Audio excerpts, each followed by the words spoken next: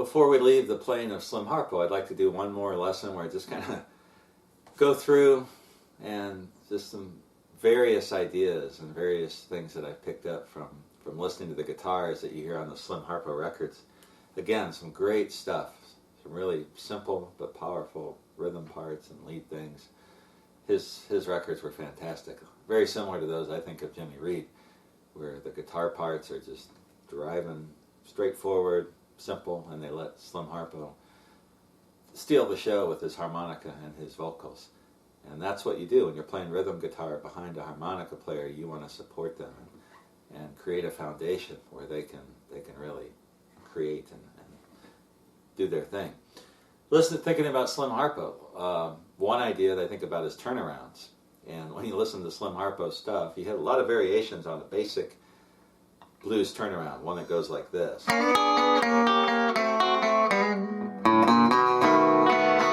You don't know this one? And what I'm doing is I've got really a D7th shape. If you know your D7th chord, first finger on the first fret of the second string, ring finger on the second fret of the first string, and my second finger is on the second fret of the third string. So if I'm playing in E, if I start on the fourth fret with my two fingers on the fourth fret, first and third strings, I can do this turnaround where I just walk on down. And I'm just alternating between 3, 1, 3. And I end up with a little hammer-on pull-off thing on the first fret of the third string. And then I walk into a B7th, which would be the 5. Something like that. So that turnaround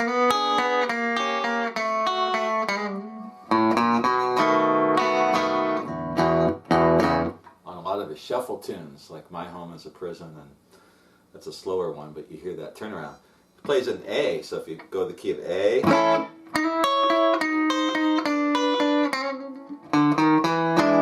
play it a little differently. In A, I start on the 7th fret, same shape, same picking. This time when I get that trill at the end, I have to fret the 5th fret of the 3rd string and then use my second finger on the 6th fret of the 3rd string. So it's like this. And then I walk into a E7th, going from the 5th, 6th, 7th on the 5th string, and then into a E7th chord, which is my C7th chord, moved right there. So that's a turnaround. Now he does some variations on that. There's one slower tune where he plays this, and instead of like this, he plays it more like the chords, like the D7th chord. Something like that. So I'm just making that chord, the D7 shape, and playing that rhythm.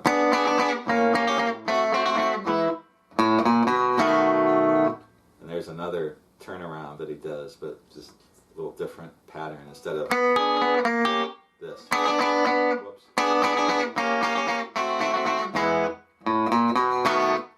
And those are some things I think of. When I think of a Slim Harpo turnaround, I think of that kind of thing. Another thing that I really like from Slim Harpo's music is a slow tune called I'm Just Your Good Thing. George Thorogood covered this later, and I'm sure some other people have. But it's in the key of F. And when you hear the backing part, it's like one of those 50s doo-wop tunes, or even a Booker T and the MG's soul, or an Otis Redding soul type thing, where you got this picking, and it starts out over F, over a F position, F-shaped chord, an F chord, like this. Let me just play it for you.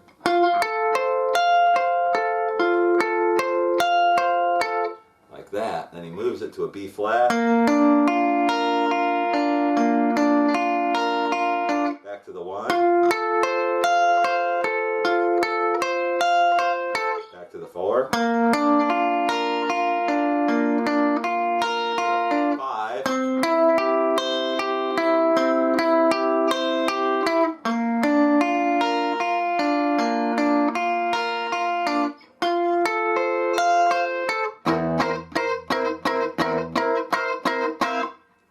little 7th chord. I didn't do it so well the first time, but the picking is just from the 4, 3, 2, 1, 2, 3. So he's just going from the 4th string to the 3rd string to the 2nd string to the 1st string. Then coming back, 2nd string, 3rd string, 4th string, without hitting the 1st string twice.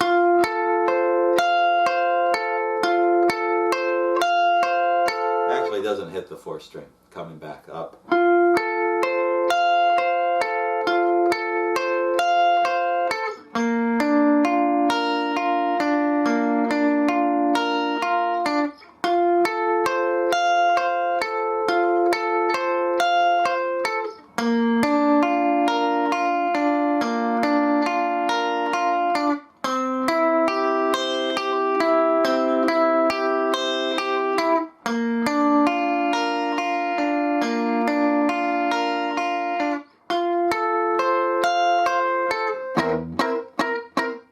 The choppy chord thing. There's a real neat chord change in that song. When he goes to the bridge, he does this thing like this. He goes to the B flat.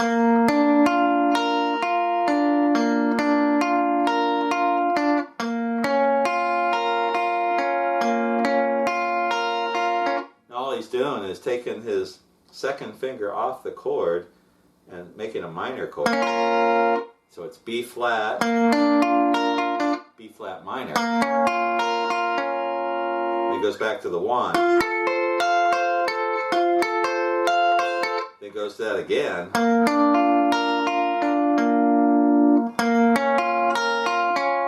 Then he goes to a G. And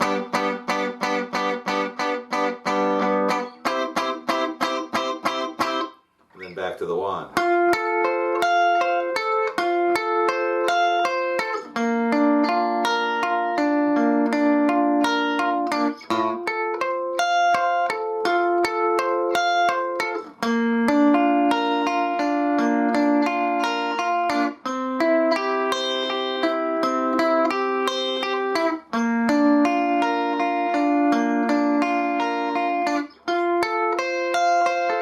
So forth. But I really like that tune. It's very different. It's so different than any of Slim Harpo's other tunes.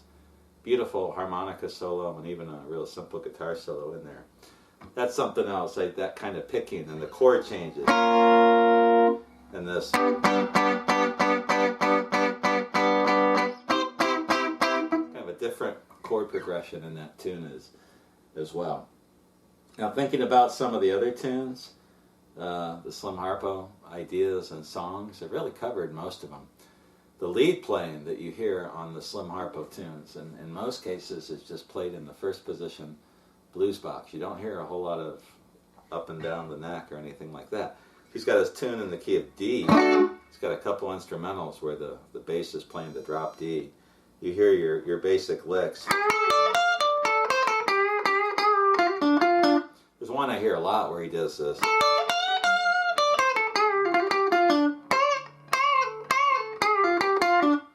Just everything in the 1st position blues box.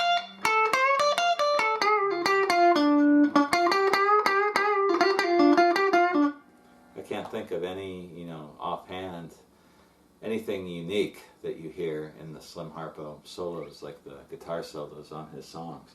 Mostly just in the 1st position blues box.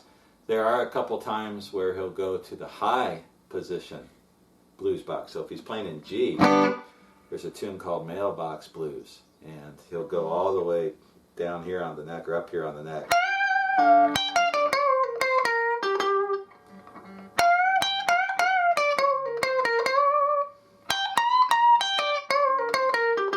There's another tune, Tina Nina Nu. If you heard that one, it's a fast tune.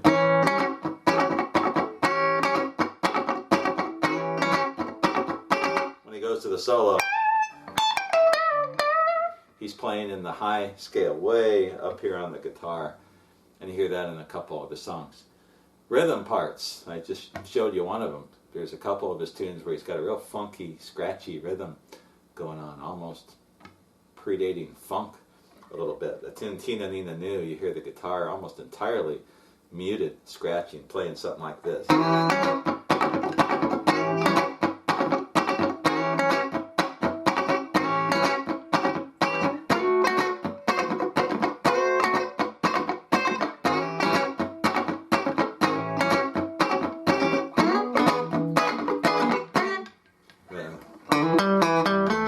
Something like that into the song. But another little rhythm thing that you hear in a tune, there's a tune called Mailbox Blues, and you also hear this in Scratch My Back, I think it is, and some of his other tunes, where he'll play this chord where he vamps on the six.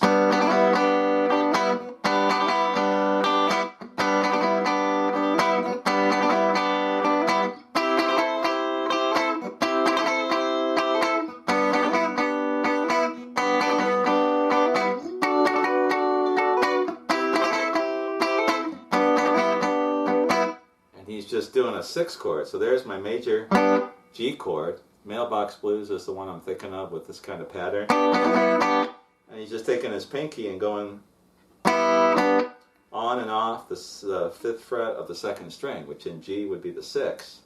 And then he's playing the whole chord.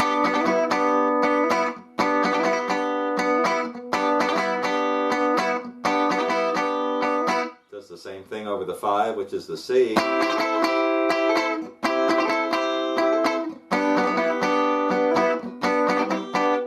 Over the D, or the 4 was the C, the 5 is the D. And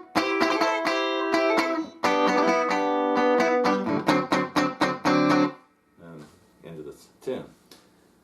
Those are some ideas, some of the leads and things. You know, he has some tunes where the guitar is playing sliding chords. Sometimes he'll do a sliding 6th. So in the key of, let's do A, something like this. And that's just a 6 chord starting from the G6, sliding to, this is an A, where the song's in A, but I start the slide from below on the G6, and slide back to the G6, so from the G6 to the A and back. And then he'll do your typical ninth chords in a lot of songs, and his chords are very basic. There's nothing, again, unique or different in the rhythm playing as far as the chords go. I think the most unique thing in Slim Harpo's playing his songs, the rhythm part, is that real choppy guitar. I'm not real good at that at all. And in fact, in Scratch My Back, he's got a really funky guitar going on. I haven't figured out exactly how to get my right hand to do that yet. But those are some various ideas. I'm looking at a list of Slim Harpo songs, and I honestly can't think of anything else that I haven't covered that you couldn't figure out. Just real basic. A lot of his stuff is real basic, but those basic things are what are really cool. And I think the simpler the guitar parts, if they work together, then you're going to really have some great, whatever the harmonica is trying to do, it's going to be much easier for them to really get into the song if you have a great guitar backing. And that's what a lot of those early blues recordings had. They had 2 guitars, sometimes 3, like the Jimmy Reed recordings, working together and helping each other.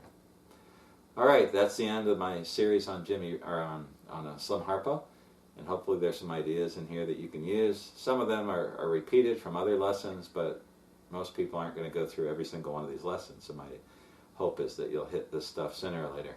I've also got some basic lessons on just the fundamentals of electric blues guitar, where I cover a lot of the same type of stuff, but I wanted to do it within the context of Slim Harpo's playing. Get on YouTube or buy some CDs and listen to Slim Harpo stuff, and you'll hear all this. I'll be back again with another Classic Licks lesson. When we come back in the month of June, we're going to look at the blues guitar of Chuck Berry and the songs where he played blues songs, what kind of guitar was going on, some really neat stuff. See you then.